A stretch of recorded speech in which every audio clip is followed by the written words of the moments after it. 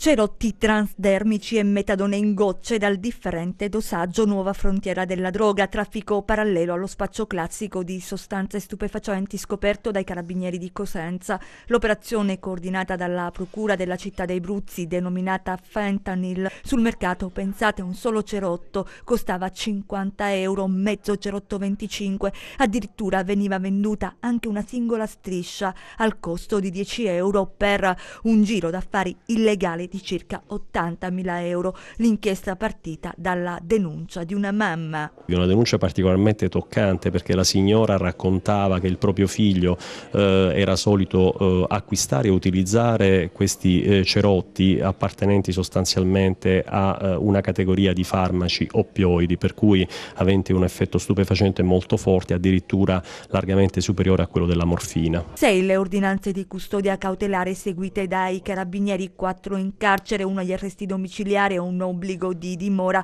Dovranno rispondere di spaccio di sostanze stupefacenti, truffe in danno del sistema sanitario nazionale, ricettazione in atti pubblici. Sì, perché i ricettari sono stati rubati in ospedale, tra cui quello di Cosenza, e ambulatori dell'Interland Abruzzo. L'organizzazione era sicuramente strutturata su Bisignano, ma operava poi sull'intera provincia perché doveva approvvigionarsi di prescrizioni che oggettivamente abbiamo riscontrato essere oggetto di furto perpetrato in ospedali e ambulatori dell'azienda sanitaria locale di Cosenza. E l'altra faccia della droga, quella che il procuratore definisce dark. È il mondo fatto da complicità, connivenze, è il mondo del silenzio, è il mondo caratterizzato dalla necessità di procurarsi in ogni caso, con ogni modalità, che cosa? Uno stupefacente che non è lo stupefacente naturale. Fenomeno preoccupante perché coinvolge sempre più minorenni. Ci saranno altri risvolti.